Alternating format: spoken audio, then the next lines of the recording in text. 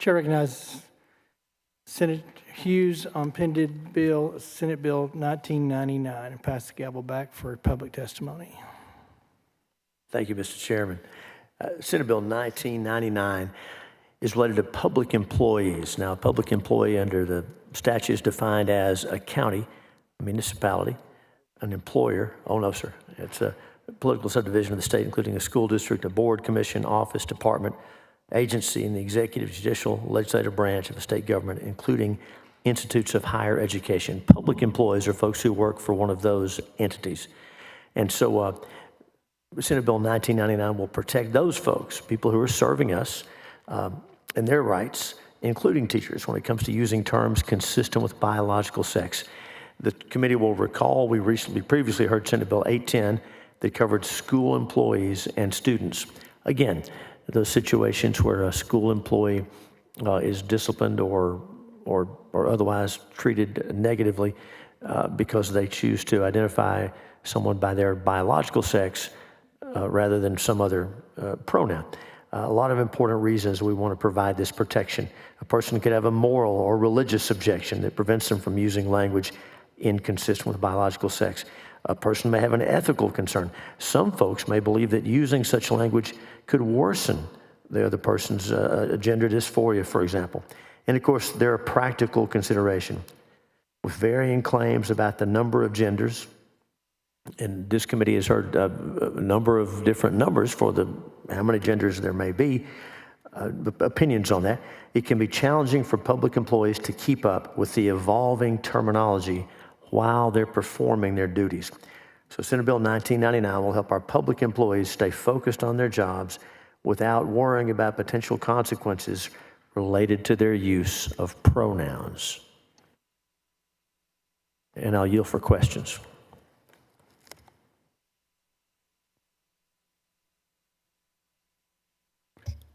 Any questions for the bill author on Senate Bill 1999? Chair opens up public testimony on Senate Bill 1999. I got it. Thanks. Thank you, Mr. Chairman. Chair calls Lathan Watts, Jonathan Covey.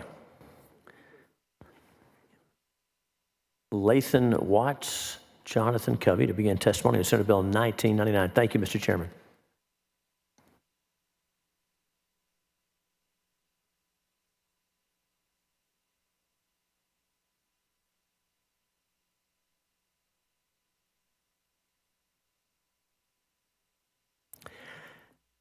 If you gentlemen have no preference as to who goes first, we'll start on my left, your right, unless y'all care. Mr. Covey, it looks like you're up. Introduce yourself and go ahead. Thank you, Mr. Chairman. Members, my name is Jonathan Covey, Director of Policy for Texas Values, testifying in favor of SB 1999. We testified in favor of SB 810 a few weeks ago for many of the same reasons that we support this legislation. So you've heard of the incident in 2023 in Round Rock ISD where the district provided training to teachers that instructed them to keep gender identity of students a secret from their parents. And just a month or so ago, the governor also instructed TEA to investigate a situation in Houston where a child was being socially transitioned. There are many reasons to support this legislation, including the ethical and the practical concerns. However, we are primarily concerned with the freedom of speech, the religious freedom of employees and teachers, and having actions forced upon them. You know, at its core, the principle of the negative speech right is simple. The U.S. Supreme Court said in the Woolley case that freedom of speech includes both the right to speak freely and the right to refrain from speaking. And the Supreme Court also said in Tinker v. Des Moines that government cannot act as if professors or teachers shed their constitutional rights to freedom of speech or expression at the university gate. And freedom of religion includes the idea, includes the freedom to not endorse ideas that go against religious convictions. And pronouns are small words with big implications. And for many Christians, they carry the message of sex is binary and immutable. No Christian and indeed no Texan should be forced to lie about being male or female, the meaning of male or female, just to keep their career intact, and federal case law protects this right. It's time to clarify in our state statutes this as well, and so we would ask you to support this measure. Thanks, Mr. Covey, for your testimony. Mr. Watts, welcome. Introduce yourself and go ahead. Thank you. My name is Lathan Watts, Vice President of Public Affairs for Alliance Defending Freedom, and since I testified previously on this topic on SB 810, and because it's been a long day, I will limit my testimony to the constitutionality of the bill, and that analysis will be fairly similar to the previous testimony. As I said, I'm with Alliance Defending Freedom, and my colleagues and I represent teachers, college professors, government employees, and many other Americans standing for their God-given right to speak and live the truth. Government can find no justification in the laws of nature or nature's God, in the Constitution of the United States or of this state, that would justify them compelling one person to participate in another person's self-perception. Government can find and must find in those same sources the requirement to protect the rights of freedom of speech and religious liberty. Teachers, professors, other government employees cannot be forced to deny their core beliefs or to say things that they know are untrue just to keep a job. And that is why a growing number of courts are ruling against government officials that force government employees to violate their deepest beliefs and personally endorse gender ideology just to keep their job. Peter Vlaming was a high school French teacher in Virginia who was fired for declining to refer to a female with male pronouns. In Vlaming's case, the Virginia Supreme Court ruled that government cannot coerce the people, quote, into pledging verbal allegiance to ideological views that violate their sincerely held religious beliefs, end quote. The U.S. Court of Appeals for the Sixth Circuit ruled in favor of Dr. Nicholas Merriweather, a professor at Shawnee State University in Southern Ohio, who was disciplined by the university for declining to refer to a male by female pronouns. The Sixth Circuit ruled that, quote, if professors lacked free speech protections when teaching, a university would wield alarming power to compel ideological conformity. A university president could require a pacifist to declare that war is just, a civil rights icon to condemn the freedom riders, a believer to deny the existence of God, or a Soviet emigre to address his students as comrades. That cannot be, end quote. As was mentioned before, words, including pronouns, have meaning. They carry a message with them. And for many Texans, that message is that a person has an immutable biological sex that is written into every cell of their body by their Creator, whose image they bear. And just as we would never require an agnostic government employee to reply to a colleague saying God is good with the traditional response of all the time and all the time God is good, so the same is true of gender ideology and preferred pronouns. We must protect government employees to ensure that they are never forced to abandon their beliefs, whether those beliefs are rooted in the religious doctrine of the Imago Dei or the philosophical exhortation of Solzhenitsyn to live not by lies, or the libertarian mantra of you do you, but leave me alone.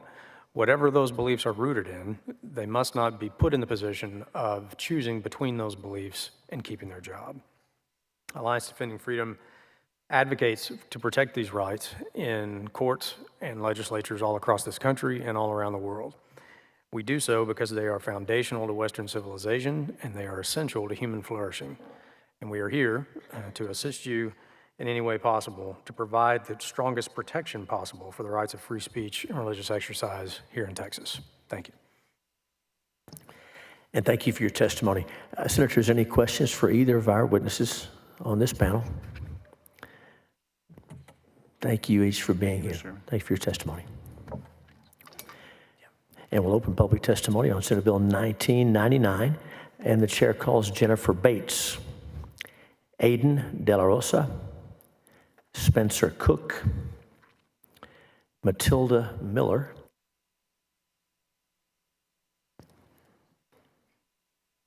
Elizabeth Eskridge,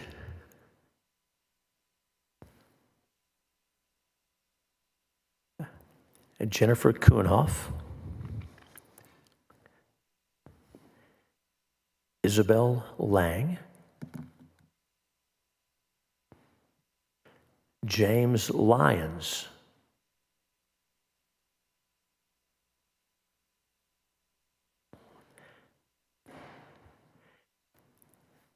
Emilio Jamerlin,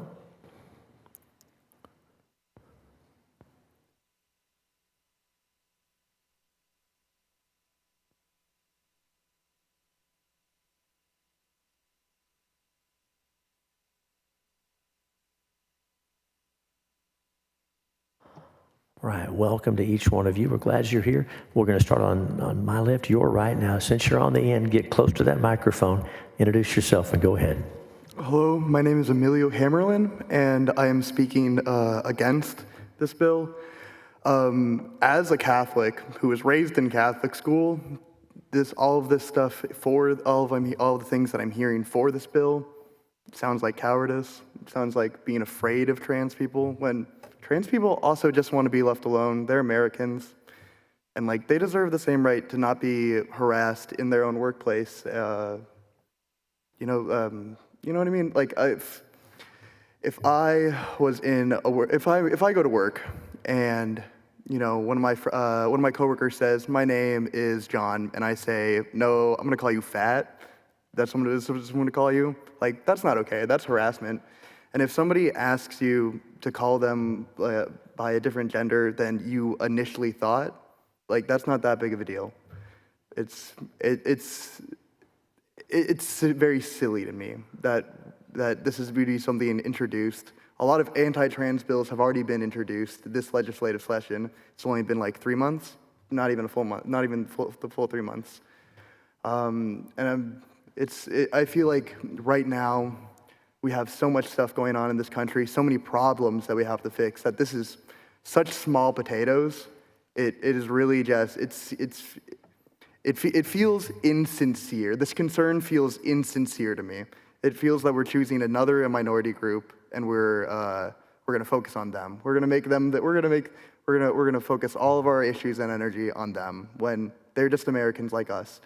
Like Christina Jorgensen, who was a World War II veteran who socially transitioned after the war and was accepted. This hysteria around trans people is something that was not a big issue in America's past. The movie The Dog Day Afternoon deals with Al Pacino's character robbing a bank so he can help his life partner medically transition. That's a great movie, and that movie ends with with the story being with like the text scroll saying the money made by the subject of this movie was he was able to give that to his life partner, and actually she transitioned, and it was no issue like socially. This again. Okay. No, thanks for your testimony. We're trying to be gracious on the time limits. We have about 35 witnesses left, so we gave you some extra time, and so thank you for being here. Go ahead, introduce yourself and give us your testimony. Hello, everyone. My name is James Lyons. I live in Bastrop, Texas, and my representative is Charles Schwertner. I'm here to ask you all to vote against SB1999. I just told you my name is James, but if you ask the people in my town who he is, they don't know him. They do know someone called June, though. James lived in Bastrop for 6 years, and his accomplishments were helping a cat rescue once, getting married, moving in with his in-laws, and walking 30 miles. If you ask people in Bastrop who June was, an elementary school and middle school would know her, the Community Arts Center, and a few small businesses on Main Street. She volunteered at the Community Arts Center, the elementary school, and middle school, has walked over 380 miles for her health. June is still married to that same loving wife, and we have almost enough money for a down payment on a house now. June has only lived in Bastrop for 2 years. The support my family and local community has given me by using the pronouns I prefer, and not the ones associated with my biological sex, as this bill suggests, is more valuable than they will ever know. I'm not here because I'm transgender. I'm here because my wife's family and the city of Bastrop have shown an amount of support I never could have expected, let alone asked for. Some kids don't have families as supportive as mine. Teachers and schools should be a safe place for kids that need this kind of support, not their bullies. Voting for SB1999 sends a message to our youth and to Texans that it's okay to bully others for being different, and it's protected. That pushing people like me out of our community is more important than getting more of us to engage in our community. Thank you for your time. And thank you for your testimony. Welcome, introduce yourself, and go ahead. Thank you. My name is Isabel. I strongly oppose SB 1999. Texas is my home, just like it is for many, many trans women, trans men, trans children. I will not leave, neither will my brothers and sisters. We remain here because we love Texas, really, truly, from the bottom of our hearts, even if the state continues to fail us. It is easy to obfuscate the nature of the bill with talk about free speech and wanting it to look like a matter of personal belief, but you can look at the results that this rhetoric gets us. This bill only exists to bring harm for the most vulnerable in our community. It's a bill that facilitates authority figures and peers to commit hate crimes. Is not a bill that we need anywhere. This is a bill that has the potential to kill people. This is a bill that will kill children. It will shield the perpetrators of murder and the instigators of suicide. Think of Next Benedict. Think of Brianna Jai. Think of Ariana Mitchell. Think of all of the hundreds of trans murders and suicides in the last 5 years. I urge the fathers and mothers in this room to think about what that really means. Where this kind of bill gets us and what the future looks like for Texas. I believe that God, just like we were given wheat and grapes to make wine and bread, we were given bodies that can change so that we can take part in the joy of creation with Him. Again, as a citizen and as a human being, I strongly oppose SB 1999. And thank you for your testimony. Welcome, introduce yourself, and go ahead. Hi, I'm Matilda Miller, and I'm here to oppose this bill today because when I was growing up, we were taught to stand up to bullies. Let's be clear about what this bill is. This is a bill that is giving people a right to bully. Nobody is getting disciplined at school or fired from their jobs because they accidentally misgendered someone or refused to make some show of pledging allegiance to gender ideology, which I doubt any of you could actually define for me. The actions that we're talking about protecting with this bill are actions that rise to the level of harassment, hostile work environment, and hostile school environments, such that they would warrant a response regardless of whether the victim was cisgender or transgender. And it would be bad enough if this bill was just about giving people a right to attack trans adults like me, but I can't even tell you how sickening it is to see a grown adult write a bill to bully some of the most vulnerable children in our schools. You say that people might be worried about worsening a trans person's condition. Well, let me put that to rest for you. We know for a fact that supportive environments save the lives of trans kids. It is borne out in all of the research over decades. But fact is not what compels bills like this.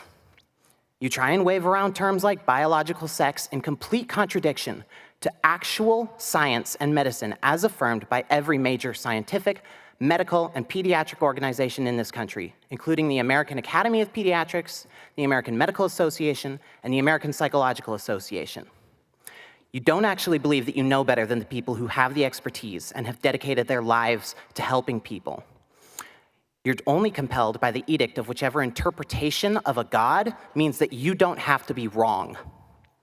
The number 2 cause of death for people 15 to 19 years old is suicide, and for 14 to 15 years old, it's number 1. And rather than help trans kids, the writer of this bill opts to make the problem worse. You can draw a direct line between policies like this and dead children. Thanks for your testimony. Welcome. Get close to the microphone and introduce yourself and go ahead. Hello, Senate Committee on State Affairs, Chair Hughes and Chair Paxton. My name is the Reverend Jenny Bates, and I am representing myself. I'd like to add my sadness that the Baylor men's and women's basketball teams have come out of the NCAA tournament as a Baylor alum. But my real reason I'm here is to speak against Senate Bill 1999, which I see as a bill that would allow people to discriminate and harm mental health of LGBTQ+ persons, especially youth. As a pastor, I provide pastoral care to families and individuals in my community. One of the most pressing issues our communities are grappling with is a mental health crisis, especially among LGBTQ youth and young adults. Let me be clear, being LGBTQ does not cause this crisis. Discrimination and bullying do, and bills like this do not help the crisis because they protect people who harm youth's mental health through misgendering and dead naming. The 2024 Trevor Project survey on the mental health of 1,490 LGBTQ young Texans ages 13 to 24 said 60% of young Texans have experienced discrimination based on gender identity and sexual orientation. This harm has devastating consequences, as the report also found that 625 of LGBTQ students surveyed in the results seriously considered suicide, while 193 attempted suicide in the past year. When I read these numbers for the first time, I cried. These young people are afraid and hurt, and they are attempting suicide in response to pain, which extends to their own families that are dealing with the grief from trauma.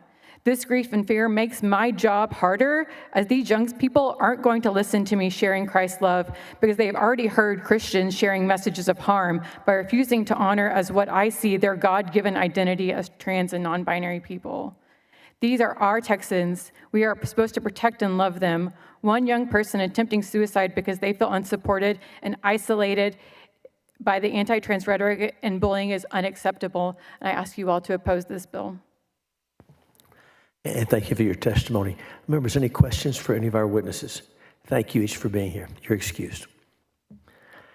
The chair now calls Sheila Hemphill, Jinx Delay, Callie Butcher, Veronica Warms,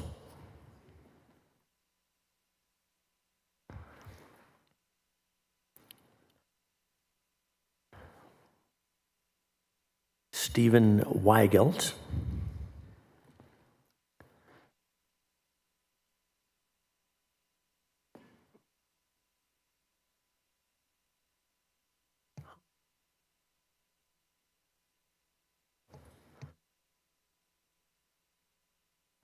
all right, there's a seat right over there just for you. And we'll start over here on my left, your right. Since you're on the end of the table, get close to the mic, introduce yourself, and go ahead. Welcome. Thank you, everyone, for allowing me to speak here today. My name is Jinx, and I stand in vehement, basically against. Get a little closer so we can hear you. Oh, my apologies. My name is Jinx, and I'm here today to stand against this bill. I'm a Texas resident and have been since 2007.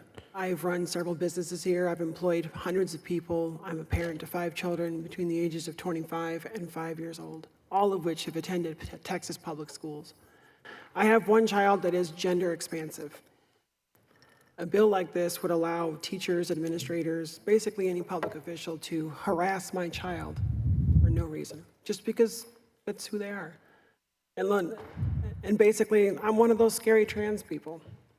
You know, the ones that are being demonized in the public, the ones that everyone just wants to talk about and obsess over, and I really don't understand why. I just live my life, I pay my taxes, I own a ranch. I've got all kinds of things I do, very Texan, even have a hat, go to rodeos, all kinds of fun stuff. No one's out there grooming kids, no one's out there hurting kids, and being respectful and a decent human being by treating someone, I don't know, with a little decorum is not really a horrible violation of anything. So I don't understand, you know, why we need a bill like this. It seems senseless. It seems like a waste of time, effort, and money. There are things that we could be focusing on as a state that are so much more important, like the horrible property taxes and how expensive they are, the homeless problem we have here in Central Texas. There's lots of things that are more important than, I don't know, legalizing and codifying bullying, harassment, and discrimination. I'd like to point out that holding someone accountable for bullying, harassment, and discrimination is not in itself discrimination, nor is it retribution. It's accountability. Harassing and being a hateful person against somebody else merely for something they have no control over is discrimination. And it's awful, and it shouldn't be tolerated, especially in our schools and definitely not within our government, regardless of what someone's convictions or religion might tell them to do. It has no place in government. Thanks for your testimony. Welcome. Introduce yourself and go ahead. Yep, thank you. Hi, my name is Callie Butcher. I'm testifying on behalf of myself against SB 1999. This bill usurps policymaking authority from schools and other public employers and instead mandates from Austin the explicit allowance of individual cruelty amongst some of our state's most vulnerable people. Trans people, like all people, deserve respect.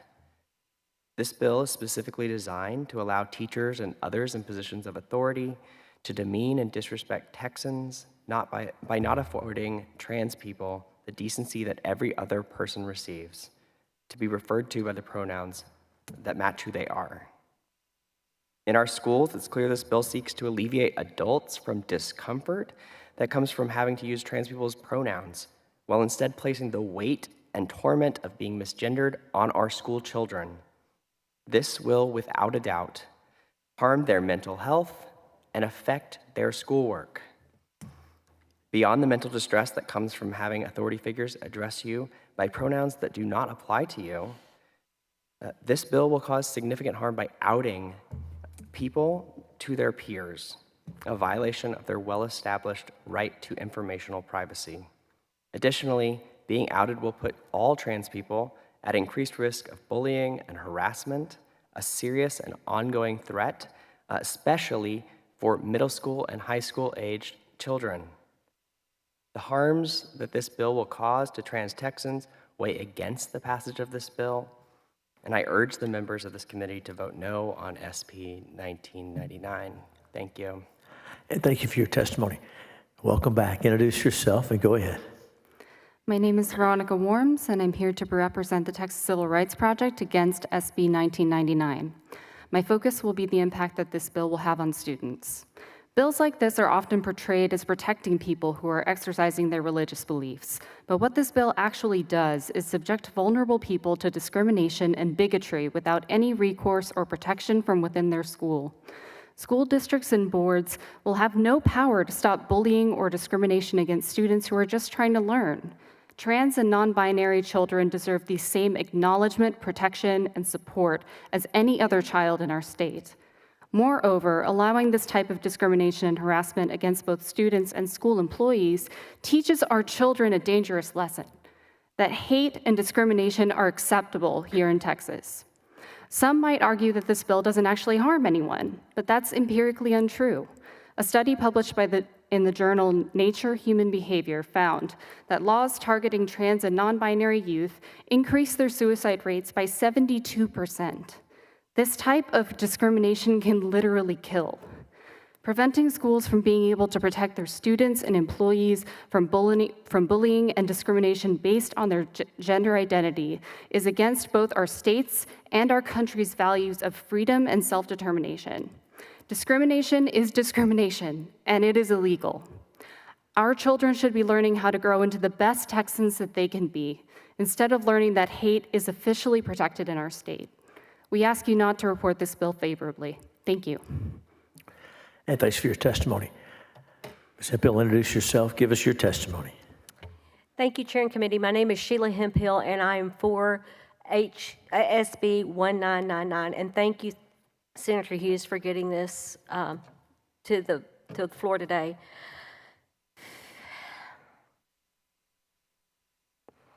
Unlike most people in this room, I have deep empathy of what it feels like not to be comfortable in your own body.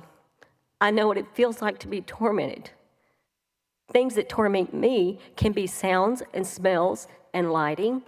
because I too reacted to various different stresses and traumas in my life.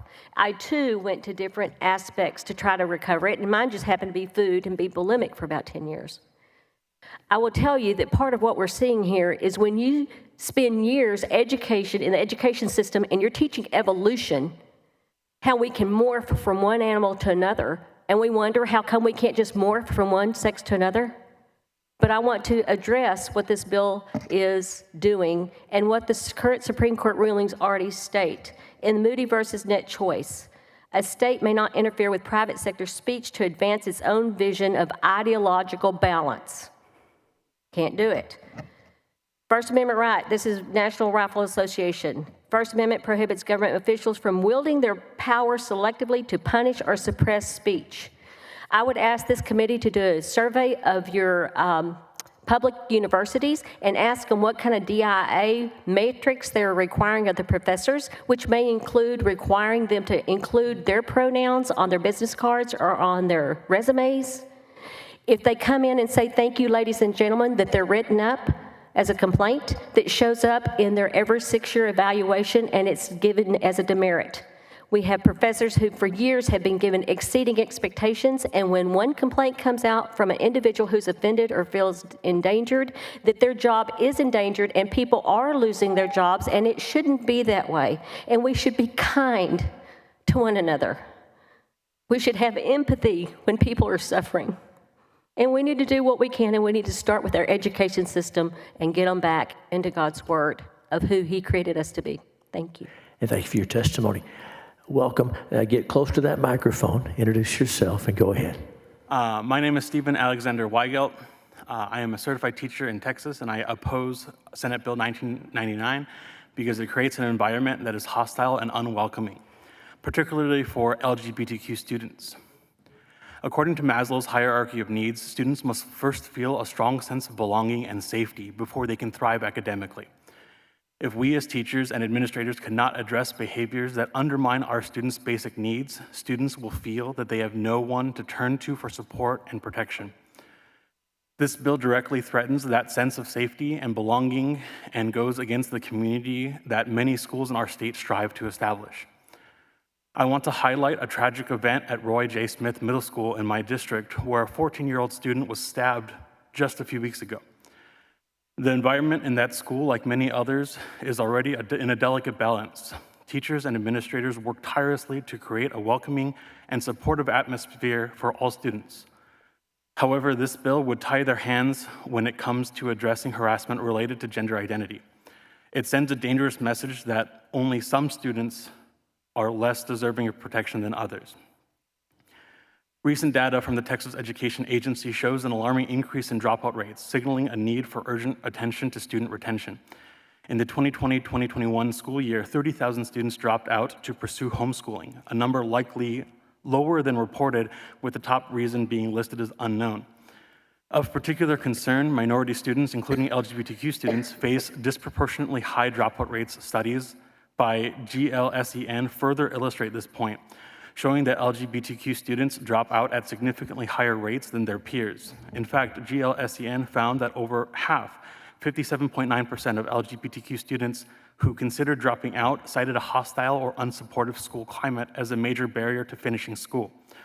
Transgender students are particularly vulnerable, with a study revealing that 7.6% of transgender students reported that they may not finish high school, compared to just the 2% of their cisgendered peers. This highlights the direct connection between bullying, harassment, and student dropout rates, particularly for LGBTQ students who feel unsafe and unsupported in their school environments. Thank you. And thank you for your testimony. Senator, if there's any questions for any of our witnesses, we thank each of you for being here. Thank you very much. You're excused.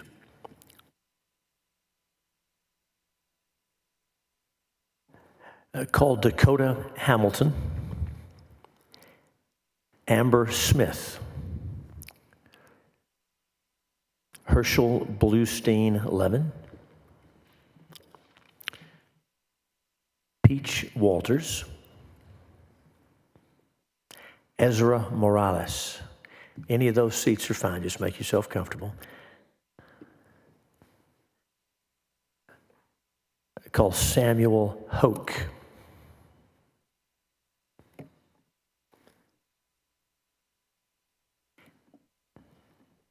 Aiden Cole.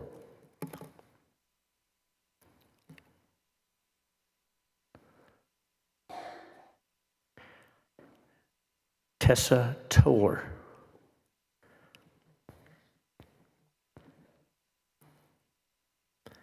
Mallory McKinney.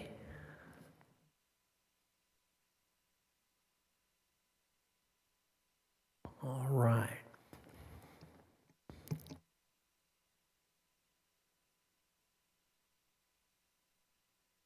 Have a seat right there. Make yourself comfortable.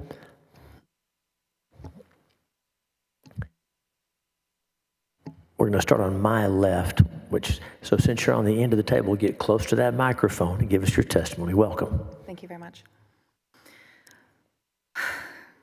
Good afternoon. My name is Amber Smith. I'm here representing myself in relation to Senate Bill 1999. I ask that the committee allow me grace and patience, as this is my first time engaging with legislature like this. It is my understanding that I fall under the target demographic of this bill that this bill aims to protect. I'm a cisgender woman, meaning that I, born here in Texas, was labeled a woman. I hold that I am a woman in myself, in my inner spirit. I understand myself to be a woman in all regards. I am also a woman of faith. I am a Christian. I was baptized long, long ago and have been my entire life.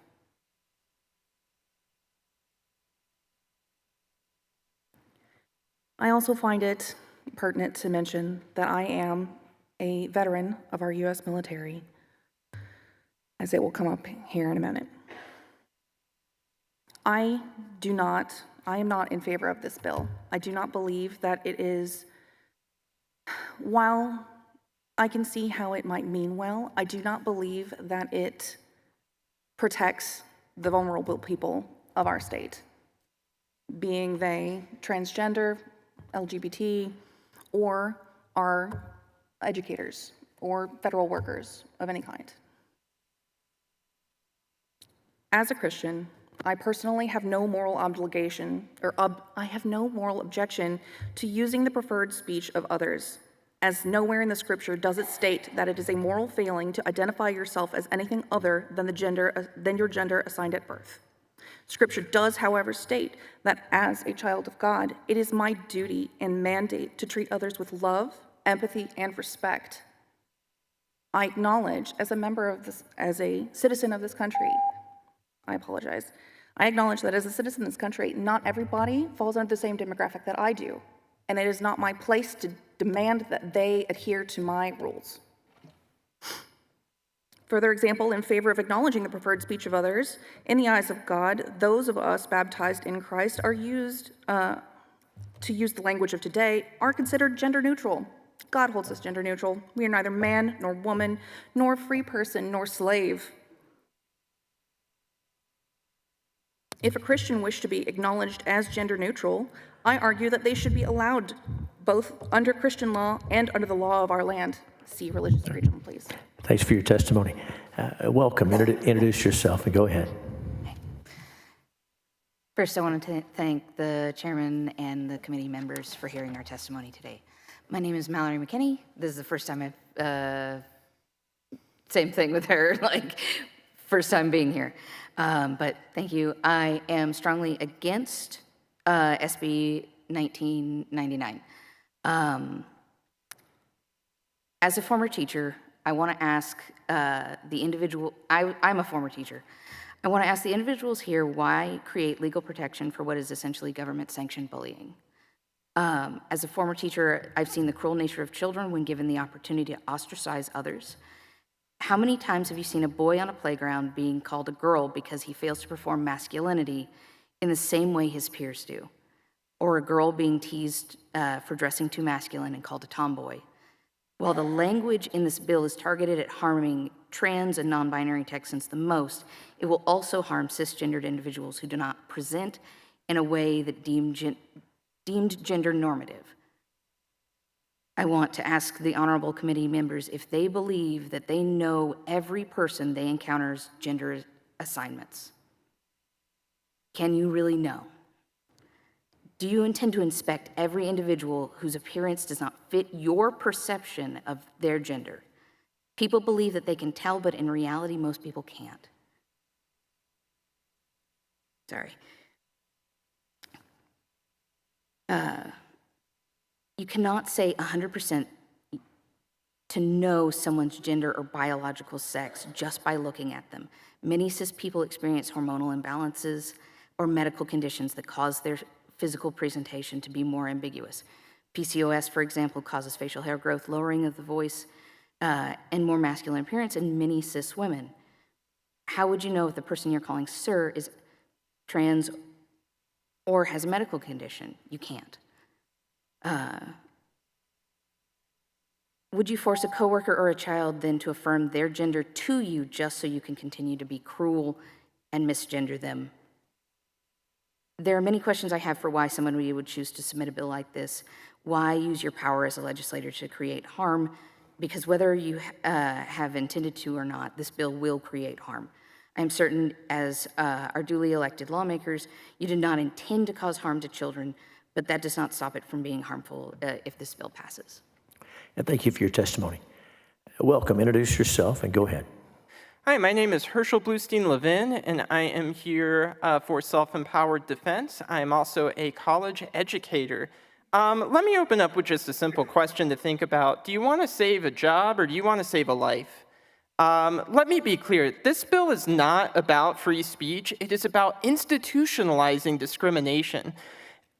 It strips away any recourse for harassment, making schools unsafe for LGBT plus students, especially transgender youth. And I have personal experience with this. I was a student who loved school until the 4th grade. In the 4th grade, I had a teacher who singled me out and another student for being gay before I even knew what the word meant. And understand that it's perfectly normal, I think, to have maybe a few students being bullies. When a teacher does it, it weaponizes the entire grade level.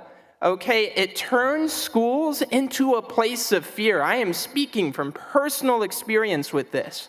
I had to be pulled out. This is what SB 1999 encourages. And if my teacher had been protected by a similar bill, there was nothing my family would have been able to do. So let me ask you, who does this law actually protect? Because it's not victims of bullying, okay? It protects the bullies. It sends a clear message. Genderqueer students can be harassed without consequence. To those who say that this is a free speech issue, I ask, is true liberty the right to humiliate? Is true freedom the right to make others live in fear? No. True freedom is the right to exist with dignity. True liberty is the right to learn in safety. This bill does not defend free speech, it defends cruelty. And this isn't some hypothetical concern, this is life and death for children. Transgender youth are more than twice as likely to consider suicide and more than 4 times as likely to experience assault. And I promise I will wrap up very quickly now. Let me just end with a note for other minorities, all right, whether that be racial, religious, or LGBTQ+, all right? You're next. A law that targets one group historically will escalate if it is not stopped, and it will be used to target you because, hey, it's just free speech, right? Thanks for your testimony. Welcome. Introduce yourself and go ahead. Hi. My name is Samuel Hoke, and I'm representing myself. Thank you for giving me the opportunity to testify for the first time. However, many of my friends and peers don't know a Samuel. They know Allison. And I strongly oppose Senate Bill 1999 for its blatant targeting of trans students and employees. The passing of this bill not only creates hostile academic and work environments for transgender people across Texas, but it's another step in creating a social climate where the discarding of a person's gender identity becomes increasingly more common. The harassment, discrimination, and violence towards transgender individuals is deemed acceptable, if not encouraged, and the ability to hold a person accountable for discrimination becomes incredibly difficult. Not only will this bill negatively affect transgender people, but giving the green light for misgendering fellow classmates, colleagues, and coworkers will negatively impact the well-being of all people who are not considered to look like a person whose identity matches their biological sex. It is not a matter of religious beliefs, concerns either ethical or practical, or free speech. This is a matter of targeted disrespect that's towards people like me and many others in this room. I have attended community college without the worry of being treated poorly because of my identity. But when bills like these are being introduced, I have no choice but to stand up for myself and others who are in similar situations. I strongly urge this committee to reject Senate Bill 1999. Our laws should protect all individuals rather than create loopholes for exclusion and harm. And with that, I yield the rest of my time. Thank you. And thank you for your testimony. Welcome. Since you're on the end, you got to get close to that microphone. Introduce yourself and go ahead. Good evening, Senator. I go by the name of Aiden Cole, and I'm representing myself as a college student. I am testifying against SB 1999. My concern is that this bill will remove certain protections from transgender individuals, regardless of their age, including children. Please consider this. Many transgender people have been deliberately referred to by individuals at school and at work based on their biological sex rather than their gender identity in order to intentionally cause them psychological harm or distress. This kind of behavior is degrading and humiliating towards the targeted individual. It is comparable to schoolboys singling out another boy, calling him a sissy and a girl due to his behavior, dress, or abilities, or to referring to a woman as a sir with the intention to belittle her for cutting her hair short or for wearing pants. This is irrefutably a form of bullying. I hope that by now the majority of our modern society considers it unacceptable for a kid to bully another kid, for a professor to bully a student, for a workplace professional to bully a colleague, or for an employer to bully an employee. I also hope that everyone in this room understands that bullying is not always physical. Bullying also pertains to verbal and psychological aggression, and the behavior of a bully may be subtle and can go unseen by the outside eye. This bill will remove a victim of such bullying from their right to speak up for themselves and seek protection against the psychological harm it may cause them. And that, to me, as a person who is proud to be born and raised in Texas, the state of friendship is unacceptable. Treat others as you'd like to be treated. In the author's statement of intent, it states that some individuals may have personal beliefs preventing them from using language inconsistent with biological sex. This bill seeks to allow these people to not worry about the consequences of refusing to use terms inconsistent to another person's biological sex. However, their choice of language will have consequences that affect the transgender people they refer to. It may worsen their gender dysphoria, damaging their mental health and their freedom to show up as who they are and how they identify, and to be respected for it at work and at school, places which many individuals must encounter daily. Thank you for hearing me.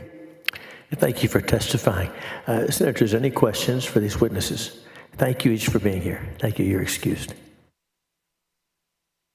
Of course. The chair now calls Francis Hughes, Jessica Warner, Rin Bell, Sarah Stockton, Tracy Shannon,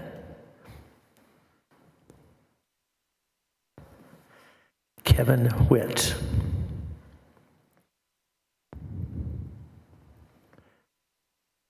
Autumn Lawner,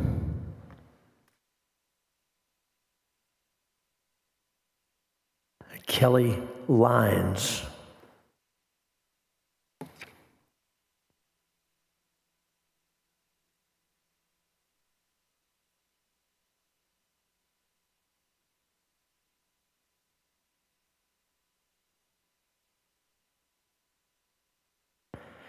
welcome to each of you. We'll begin over on my left, your right, and When you're on the end, you got to get close to the microphone. So introduce yourself and go ahead. Welcome.